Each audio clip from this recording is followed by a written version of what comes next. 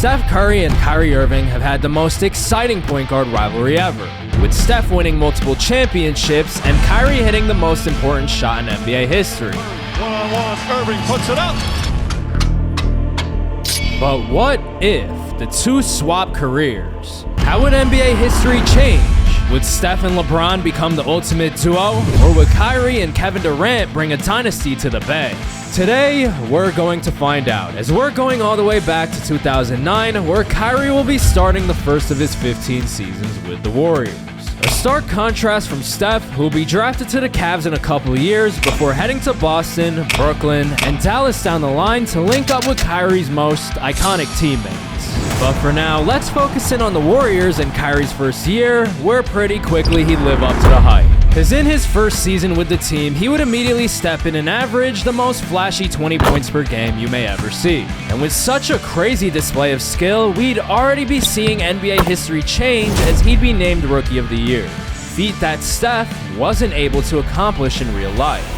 But where history will stay the same are the teammates around him. So as a result, despite Kyrie's individual dominance, the Warriors would only win a miserable 23 games on the year. And while in the future, he won't have to worry at all about having enough help, when we move on to 2011 for his second season, the Warriors as a whole wouldn't be much better, barely improving their win count to just 28. And that's not going to cut it at all, because if we open our eyes up to the rest of the league, we'd see LeBron head into LA and defeat Kobe to win the first title of his career. So keep that in the back of your mind, as he'll be one of the most important competitors that Kyrie will face. But while we're on the topic of competitors, the main one that Kyrie is going to be compared to would be entering the NBA for the 2012 season. Steph and Curry? Yeah. Think he'll be good? I think so. So Steph Curry would be drafted number 1 to the Cavaliers, bringing a level of shooting the league has really never seen. And by the end of the year, you can say that the chef had a very similar rookie campaign to Kyrie, as he'd also be winning Rookie of the Year on a team far from postseason contention, as the Cavs would only win 25 games. So clearly there's more work to be done, and he's probably a teammate away. With that being said though, we can't really say the same about Kyrie, as he'd be averaging 26 points and 6 assists per game, with plenty going to his brand new teammate Klay Thompson, whose addition would be helpful to get Kyrie into the All-Star game and the Warriors into the playoffs, where Kyrie and company would be heading into Oklahoma City for a battle with Russell Westbrook and his future teammate Kevin Durant. And despite the fact that it's a matchup between the 2nd and 7th seeds, the underdog Warriors will put up more than a fight. As with OKC taking Game 1, Kyrie will lead his squad to a win in Game 2. And when OKC bounce back on the road to win Game 3, number 30 will be right there to tie the series in Game 4. And even when OKC would win the next game to make it a 3-2 series, now on the brink of advancing, you guessed it, Kyrie would be able to carry his squad to a win in Game 6 to tie up the series and force Game 7. It all comes down to this. KD and Russ are the clear favorites in the series, while Kyrie's pulled off a miracle to even last this long. And if he's this good in only his 3rd season, imagine how dominant he'll be when he finally reaches his prime. So with that in mind, the entire NBA world would have their eyes locked on Oklahoma City for Game 7. And with an upset on the horizon and a trip to the 2nd round on the line, Kyrie would go out and unfortunately run out of steam, as Russell Westbrook and most notably his future teammate Kevin Durant would be sending the Warriors home despite a heroic series and effort from Kyrie. But on the bright side at least, somebody would be getting revenge on his behalf, as the Thunder, as good as they are, wouldn't even win the title, with the championship going to Derrick Rose and his Bulls instead.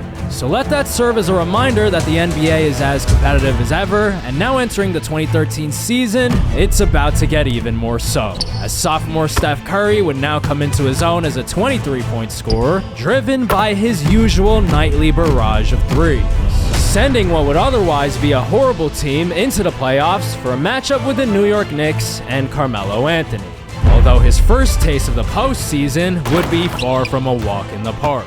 as he's gonna have to claw his way out of a 3-1 deficit if he wants to prevent his incredible season from going down in flames.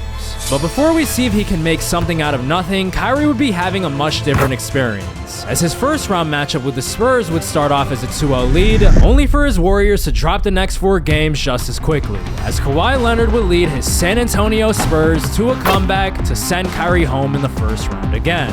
And that would be extremely ironic, because while we just saw him blow a lead, we'd actually see Steph turn his series around, as little by little and 3 by 3, he'd climb out of the 3-1 hole to win the series and move on to the second round, just for him to be demolished by his next opponent, as he'd be sent home by Derrick Rose and the reigning champion Bulls. So as you can see, his season was also a roller coaster that ended in unspectacular fashion. But to close out the season, LeBron's Heat would actually send both the Bulls and the Spurs home to win another title. And it's coming at an interesting time, as we're just 1 season away from both he and Steph playing together. And that's not to mention the other stars Steph will be paired up with as he plays out Kyrie's career.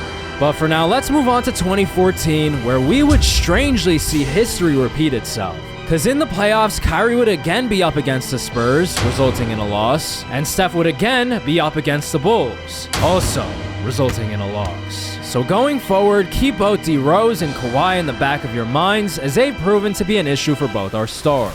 However, for Steph in particular, it might not be too bad, as LeBron will win his 3rd title with the Heat in his final season with the team, and he's about to be teammates with Steph. As entering 2015, the King would be making his return to Cleveland, and the rest of the NBA is in some serious trouble.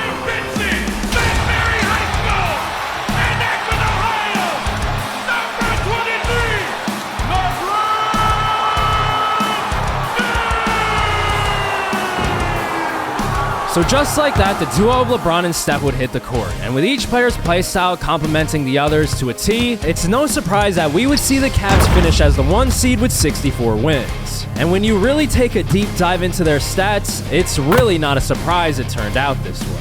26 points per game for LeBron and about 25 and some change for Steph. Obviously, very good. But let's not forget about Kyrie, who'd be having the best season of the 3, as he would outscore literally everyone with 32 points per game to not just win the scoring title, but also narrowly beat out the field to win his first MVP. It's pretty clear that the Golden State system is built for star guards to succeed. And when you combine it with fellow Splash Bro Klay Thompson, as well as Draymond Green's trademark intensity, we'd be primed for a finals between the Warriors and the Cavs, with one of these 2 legends in the making about to win their first championship. I would assume that we're going to see this matchup a couple times. And the first finals between these 2 powerhouses would be as expected, with each star scoring a high percentage of their team's points. Most notably Kyrie, who'd average almost 38 to lead both teams in scoring, only for it to be in vain, as the combined efforts of Steph and LeBron would lead the Cavs to a 2-0 lead, setting the tone for the rest of the series and being a sign for what's to come. Because Kyrie would continue to go off, leading all players in scoring, even winning Game 3 at home. But as far as stars go, he'd be outnumbered, as a Curry flurry would give the Cavs Game 4, and a LeBron masterclass would seal it in 5, winning the 2 their first championship to kick off the rivalry between these 2 teams. Without a doubt, the Cavs duo has lived up to the hype, and there could be more titles on the way. But for Steph in particular, the celebration ends here, as LeBron will be named Finals MVP, which will lead some NBA fans to believe that Steph's no more than a sidekick. And with Kyrie as the league MVP and top scorer of the finals, Steph will constantly have that shadow over his head until he leads the team to a title as the main guy. But before we see if he does, let's move on to the 2016 season, and more specifically, let's go right back to the playoffs, as Kyrie would be bouncing back from his finals loss with a bang, first demolishing the Pelicans with Anthony Davis, and the Thunder, who have basically the same roster as when they eliminated him a few years ago. So right now, with just one more opponent in his way of the finals, he's on pace to make his return and potentially win his first title. But if he does make it to the finals, his opponent might not even be the Cavs, as the Chicago Bulls, now fielding a duo of Jimmy Butler and Derrick Rose, would shock the entire NBA world by pushing the reigning champs to a 3-3 tie. And all of a sudden, we're heading to Game 7, and the unbeatable duo might actually be sent home. Golden State have had little to no problems in this playoffs, but can't say the same about Steph and LeBron. They might lose to the Bulls, who, as a side note, have been really good in the sim. And in that Game 7, which would take place in Cleveland, we would see our first instance of a game going down to the wire, as the Cavs would be down by 4 points with about a minute left to play. And it really couldn't have came at a worse time. LeBron and Steph will only be playing 3 years together, and we're already in year 2. So the question is, will the Chicago Bulls continue to be a thorn in the Cavaliers' side, or will Steph and LeBron be able to make the comeback and keep their repeat dreams alive? Jimmy with the ball, playoff Jimmy with the 3. It's off, rebounded by LeBron. Cleveland is running out of time. They're on the brink of losing in the second round. The pass down to Kevin Love, Taj Gibson with the defense, it doesn't matter. Here we go, D Rose driving left, 2 spins, stopped by Steph, gets in the post, fade away. It's off, good defense by Steph down the stretch. It's not over yet, 21 seconds left. LeBron with the ball, sizing up Mirotic. Gets the screen from Kevin Love. He's going to take a long 2, and he smoked it. What just happened? He should have drove. I cannot believe what I am seeing. A massive upset. Derrick Rose, the Chicago Bulls, Jimmy Butler, Pau Gasol. They are pulling off one of the craziest upsets probably ever. Second free throw, D Rose, it's good. But as bad as the situation may appear, the Cavs are only down by 4. And considering that they're probably going for a 3, they have by far the best man for the job. Tristan Thompson on the inbound, hits Steph in the corner. Steph is going to drive left, and he runs over Taj Gibson with the charge. But as you can see, it wouldn't be so simple, and the Cavs' nightmare scenario would be coming true, as they'd be sent home by the Bulls, making it the 3rd time such has happened since Steph joined the team. And with just one more season of himself playing with LeBron, you gotta wonder if the duo actually peaked in their first season, and if he really is just a sidekick. But in fairness to the Cavs, it might have just been the Bulls' year, as they'd eventually advance all the way to the NBA Finals, where they'd surprisingly not be up against the Warriors, who despite their really strong start to the playoffs, were actually sent home by the Spurs in the previous round. And in the end, those same Spurs would go on to win the championship. Just by swapping Steph and Kyrie, NBA history looks completely different. With that being said though, it's time to enter 2017, where some things would stay the same. The Cavaliers era is coming to an end, and a brand new one would be opening for the Warriors, as the disgruntled Kevin Durant would be heading to the Bay, now making that 4 Hall of Famers on one team, who'd finish with an NBA record, 73 wins on the year, to solidify themselves as the favorite to win the NBA title. Although at the same time, their opponent wouldn't be too far behind. The Cavs are back fresh off a 68-win season, and with stars all around, it's pretty much as even as an NBA Finals could get. The Warriors would take the first 2, protecting home court, followed by the Cavs, who do the exact same to tie it up, leading the way for the Warriors to bounce back again, followed by the Cavs. The 2017 Finals is going to Game 7, and it's the last time these 2 teams will match up against each other. We're gonna need some emotion and some grit and toughness for that game. I'm excited to just get to Sunday and see what it's really like. And in said Game 7, we'd actually see the Golden State duo get off to a scorching hot start, only for the Cavs to make the comeback in the second half, shrinking the Warriors' lead entering the final moments of the game, which can only mean one thing. 2:37 left, 113-118, we're jumping in. And before we see who wins the title, as a reminder, Kyrie and KD don't have any championships at this point, while Steph and LeBron are looking for their second together. So keep that in mind as we see how this Game 7 ends, as we close the door on the Steph and LeBron Cleveland duo. We're 2 minutes away from crowning a champion. The pass over to Steph being guarded by Kyrie. Steph between the legs, sizing him up. The crossover, he crosses Kyrie with the reverse layup, or he finishes the play with the reverse layup. Absolutely insane by Steph at this point of the game. Here we go though, Kyrie with the ball trying to bounce back, simplifying it. Steps into a 2-pointer. It rolls off the rim. The rebound by Tristan Thompson, he passes it over to Steph right away, and Steph is going for the kill. Or maybe not, they're gonna pass down to LeBron on the post. LeBron with the fadeaway over KD. Cleveland is storming all the way back. Kyrie with the ball. Golden State really needs a bucket here. They clear out for him. He drives right on Steph. Steph can't stop him this time. We're right back to 3. 113 left. LeBron bringing it up, guarded by KD, the new addition. LeBron right into a crowd of two, he draws a foul.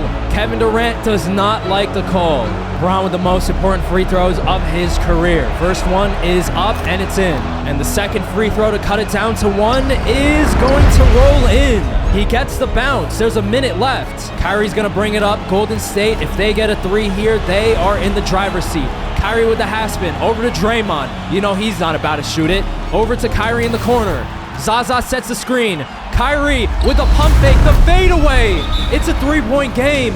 So with the Cavs showing flashes, but ultimately still being down, who's going to take the final few shots? Will it be LeBron, further implying that Steph's a sidekick? Or will Chef Curry make an appearance out of this timeout to carry the Cavaliers to a comeback? Pass into Steph on the inbound.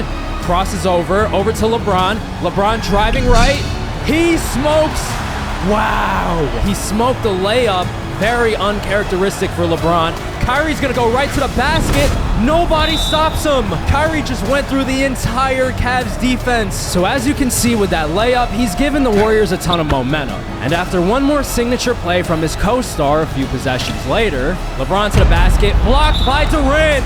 Kyrie and Kevin Durant will be winning the first championship of both of their careers, sending Steph and LeBron home with just one title in their 3 years together. Everyone's going to have their own theory as to why they didn't win multiple, but the fact of the matter is, Kyrie's Warriors are the team to beat. And if Steph's going to do it, it's going to be without LeBron. Damn it, you was tired of being second fiddle in Cleveland and you no longer wanted to be LeBron James' teammate. Respond to those accusations. 2018 would be a huge year of change in the NBA. No longer are LeBron and Steph Curry the favorites in the Eastern Conference, as Steph would be heading over to the Boston Celtics after requesting a trade specifically to be the #1 option.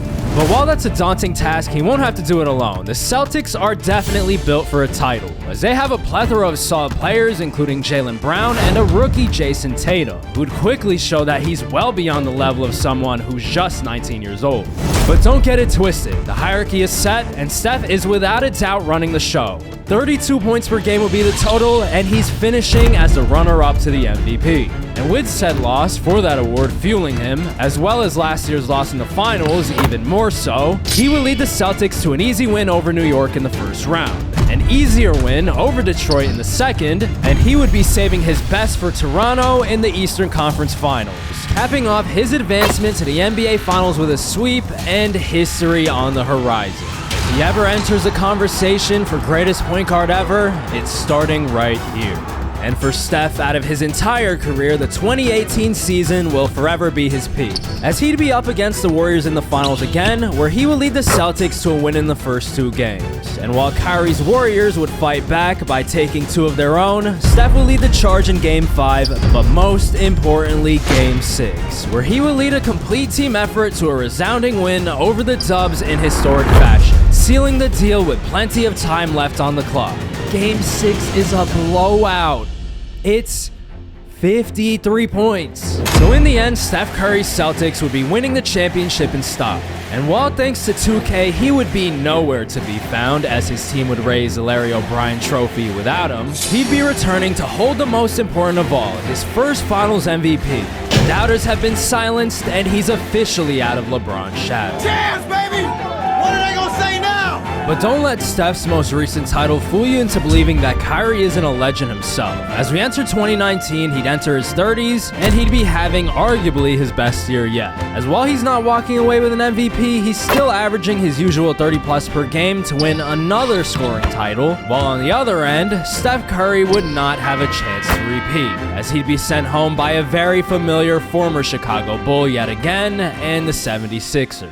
So in the end, Kyrie's Warriors would handle business and defeat that same Sixers team in the finals to win yet another title. And while in real life it was highly debated over if Steph or KD was the best player on the Warriors during this time, in this reality it's firmly Kyrie, as he'd be winning his second Finals MVP, which actually outnumbers Steph's real life total. So in some ways he's been even better.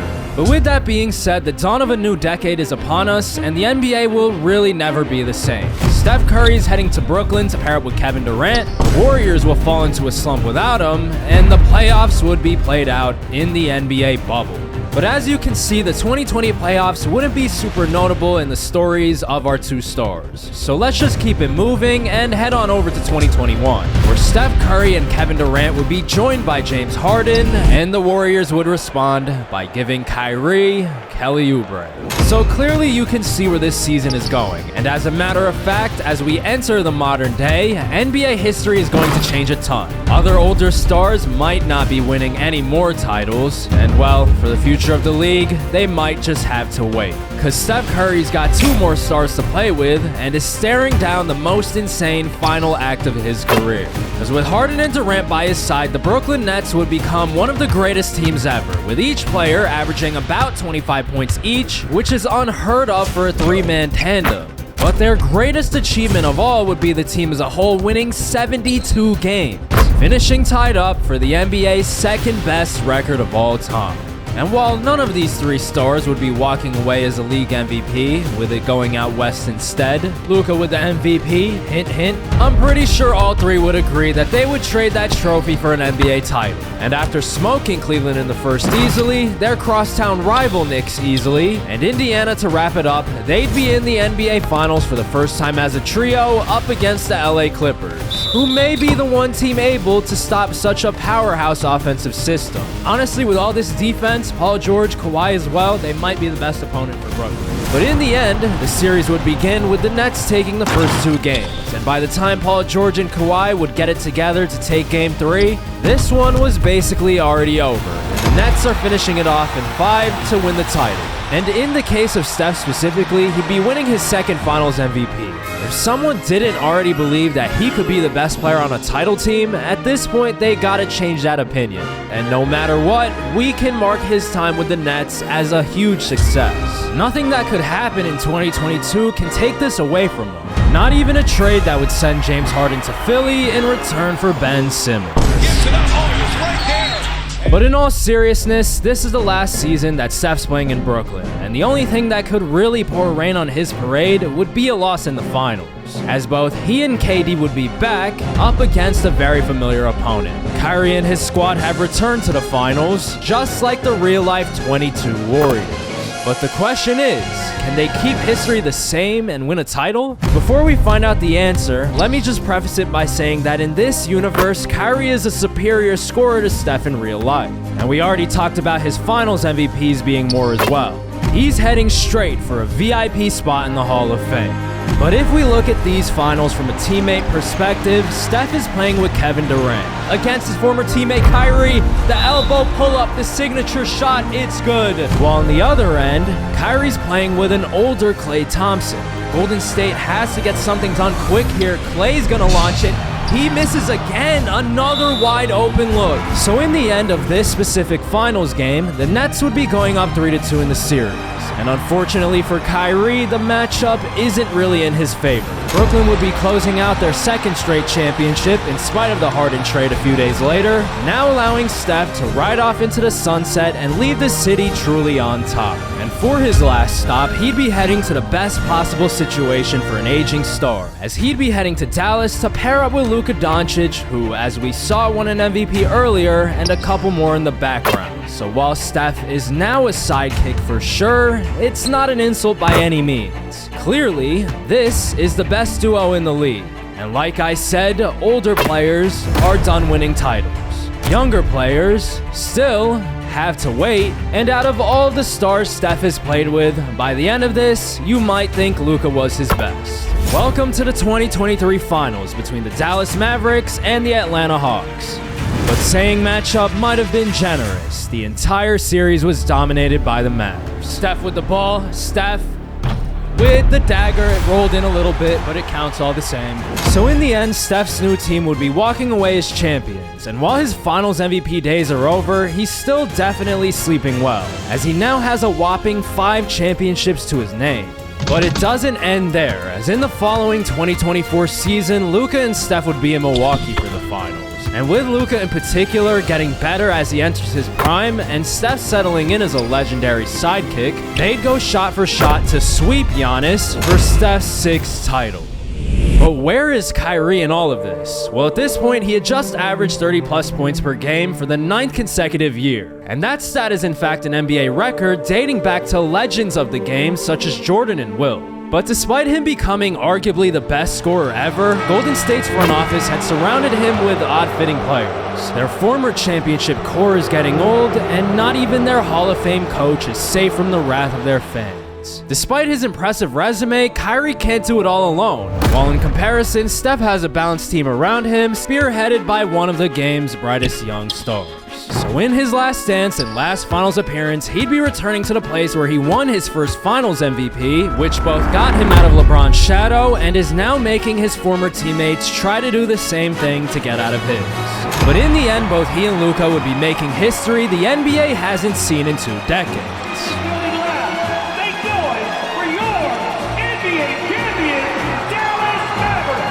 As they'd complete the three-peat to cement themselves as one of the greatest teams and duos ever, with Steph ultimately walking away with 7 rings to his name. But what if we swap the careers of 2 of Steph and Kyrie's most notable teammates, LeBron James and Kevin Durant? Which of these 2 players would have the better career in the other's shoes? To find out the answer to that question, click the video on the screen.